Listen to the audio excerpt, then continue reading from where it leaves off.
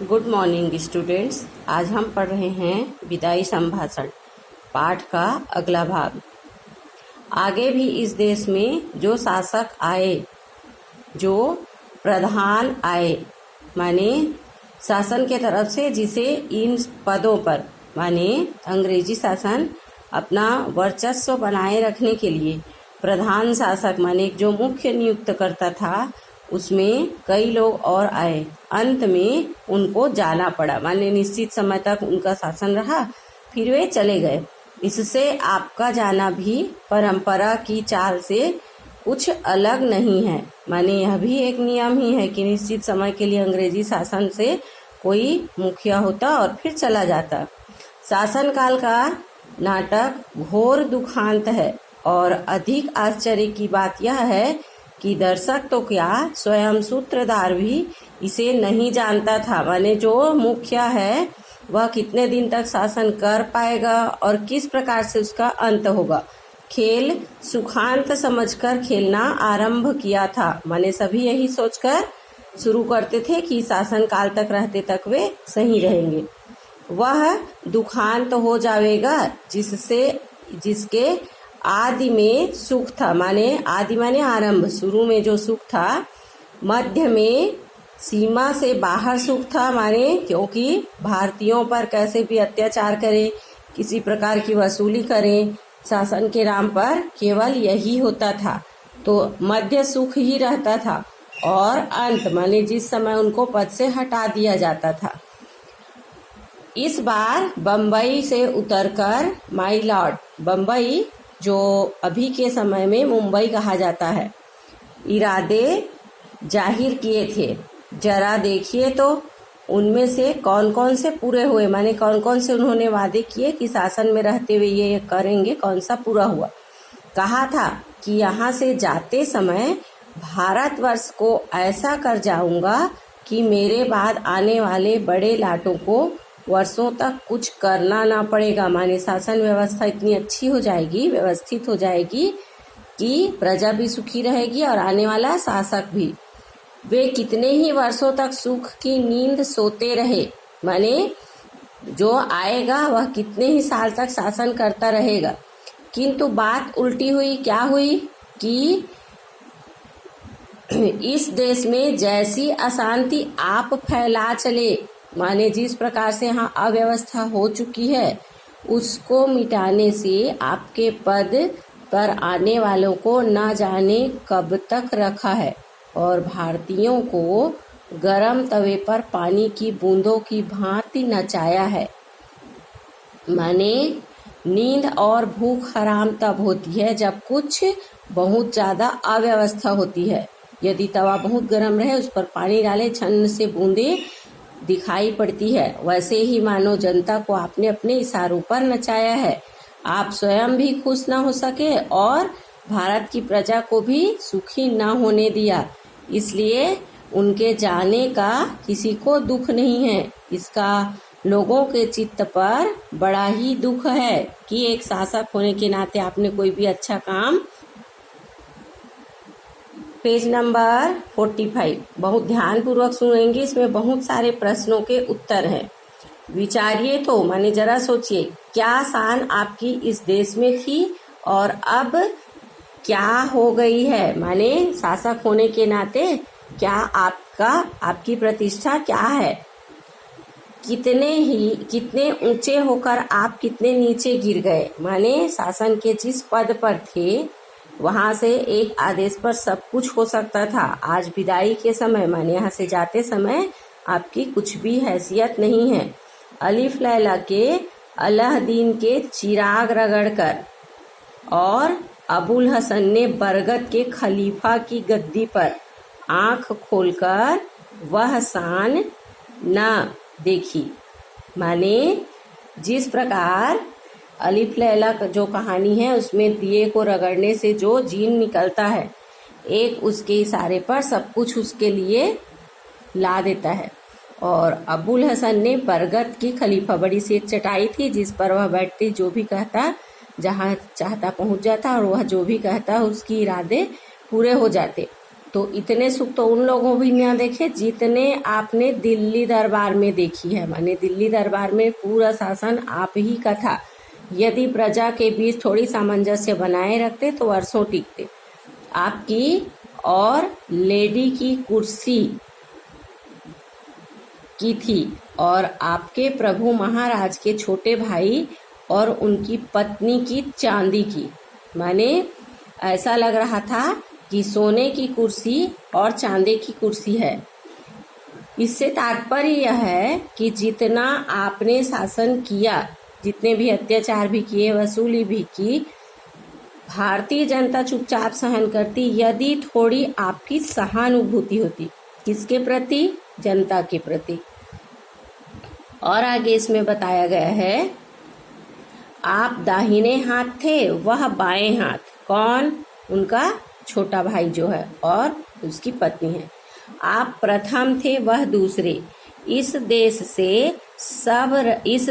के सब रईसों ने, माने जो अंग्रेजी शासन के समय बड़े से बड़े पूंजीपति थे, आपको सलाम किया और बादशाह के भाई को पीछे। माने अंग्रेजी शासन का बोलबाला था, इसलिए पहले आपको ही सलाम किया जाता था। जुलूस में आपका हाथी सबसे आगे और सबसे ऊंचा था। हौदा, चंवर, छत्र। हौदा माने जो हाथी के ऊपर जिस प्रकार राजा की सवारी निकलती, बहुत ज्यादा शानो शौकत से चलने के लिए। चंवर आजू बाजू जो महिलाएं खड़ी रहती हैं, पंखा झलते। छत्र जब सवारी निकलती थी उसके ऊपर बड़ा सा एक गोल छत्र लगा रहता है। सबसे बढ़ चढ़कर थे, माने बहुत अच्छी उनके लिए इंतजाम हुई रहती थी। सारांश यह है कि ईश्वर और महाराज एडवर्ड के बाद इस देश में आप ही का एक दर्जा था। माने सबसे अच्छे, सबसे उच्च शासक के रूप में आप आते। किंतु अब देखते ही जंगी लाट के मुकाबले में आपने पटकनी खाई। पटकनी खाना माने हार हो जाना। सिर के बल नीचे आ रहे, माने शासन व्यवस्था से उनको हटा लिया गया था। आगे उसका कारण बताया जाएगा। जंगी लाट के मुकाबले में पटकनी खाई। आपके स्वदेश में वही ऊंचे माने गए, आपको साफ नीचा दिखना पड़ा। माने जो आपकी स्थिति हुई, आप वहां से शासक के रूप में आए, किंतु यहाँ आपको त्याग पत्र देना पड़ा। पद त्याग की धमकी से भी ऊंचे ना हो सके। मैं छोड़ दूंगा पद, यह धमकी दी, किंतु उनका इस्तीफा मंजूर कर लिया गया। आगे इसका कारण बताया गया है। आप बहुत धीर गंभीर प्रसिद्ध थे। अब उनके बारे में बताया जा रहा है कि उस सारी धीरता गंभीरता का आपने इस बार काउंसिल में बेकानूनी कानून पास करते।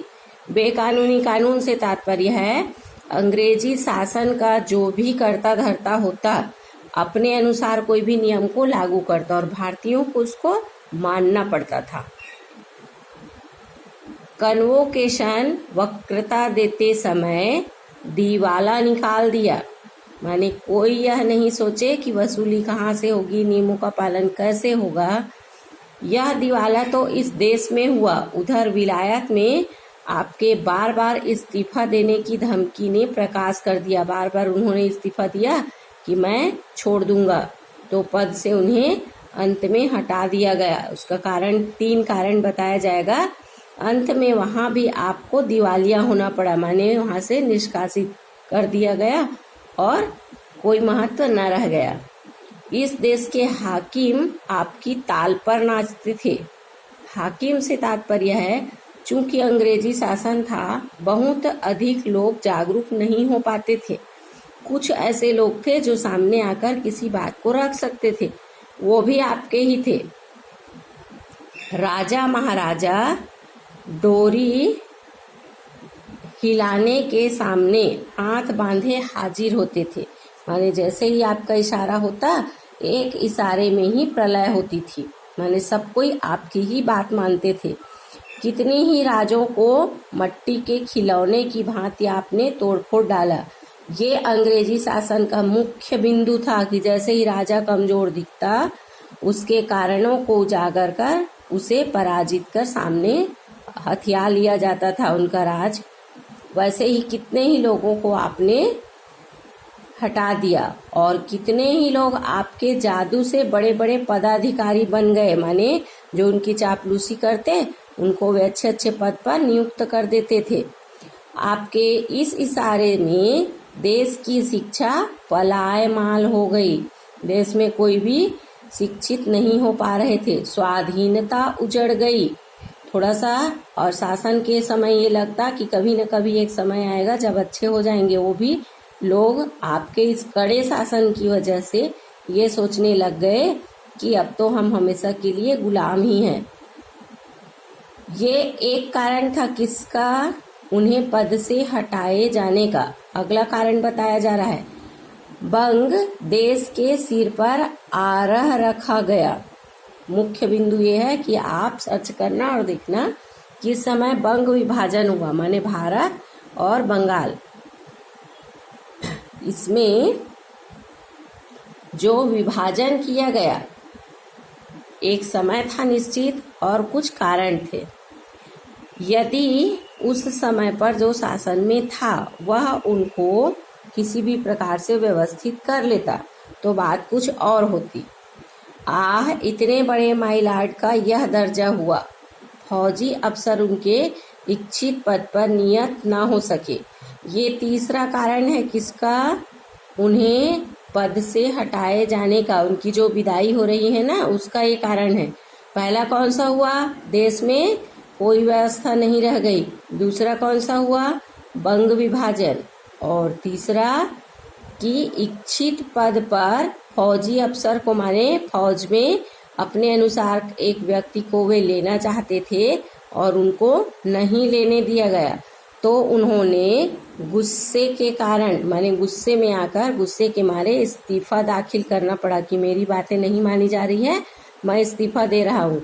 और वह भी मंजूर हो गया। क्या मंजूर हो गया? इस्तीफा। कि उन्होंने तो गुस्से में दिया था किंतु उनका इस्तीफा मंजूर कर लिया गया। इस प्रकार ये तीन कारण हुए।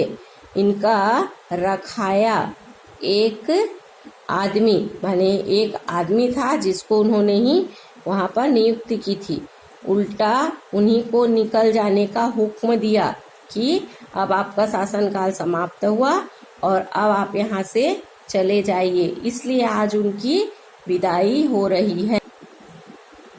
जिस प्रकार आपका बहुत ऊंचे चढ़कर गिरना यहाँ के निवासियों को दुखित कर रहा है, गिरकर पड़ा रहना उससे भी अधिक दुखित करता है। आपका पद छूट गया, माने शासक का जो मुख्य पद मिला था आपने कोई भी सामंजस्य नहीं बनाया तो आपको वहां से हटा दिया गया। आपका पद छूट गया तथापि आपका पीछा नहीं छूटा है। माने जो एक बार शासन में आता है उसकी जो बातें होती हैं, एक अदना क्लर्क जिसे नौकरी छोड़ने के लिए 1 महीने पहले नोटिस मिल गया हो, माने उन्हें यह कह दिया गया था कि इस दिन से आप पद से हट जाएंगे, किंतु अभी पद पर भी बने हुए थे। तो वैसे ही एक छोटा यदि कोई क्लर्क है और उसको कह दिया जाए कि 10 दिन बाद आप इस पद से हटा दिए जाएंगे, तो आपको इस समय अपने पद पर रहना कहाँ तक पसंद है? यदि ऐसी स्थिति आती है तो हो सकता है 10 दिन बाद क्यों, मैं आज ही इस्तीफा दे दूं। अपनी इस दशा पर आपको कैसी घृणा आती है? ये लेखक का व्यंग्य है कि अंग्रेजी शासक जो रहते थे अंग्रेजी शासन में, वे किस प्रकार भारतीयों को उपयोग में लाते थे। तो वे लिख रहे हैं कैसी घृणा आती, मैंने अपने आप में आपको कुछ लग नहीं रहा है। इस बात के जान लेने का इन देशवासियों को अवसर नहीं मिला। माने ये बातें तो लेखक अपने मन से लिख रहे हैं। उस समय तो शासक जो भी करता, जनता इतनी मजबूर होती कि कोई आवाज ही नहीं उठा पाते थे। पर पतन के पीछे, पतन उत्थान माने होता है आगे बढ़ना, उन्नति करना, और पतन माने होता है अंत।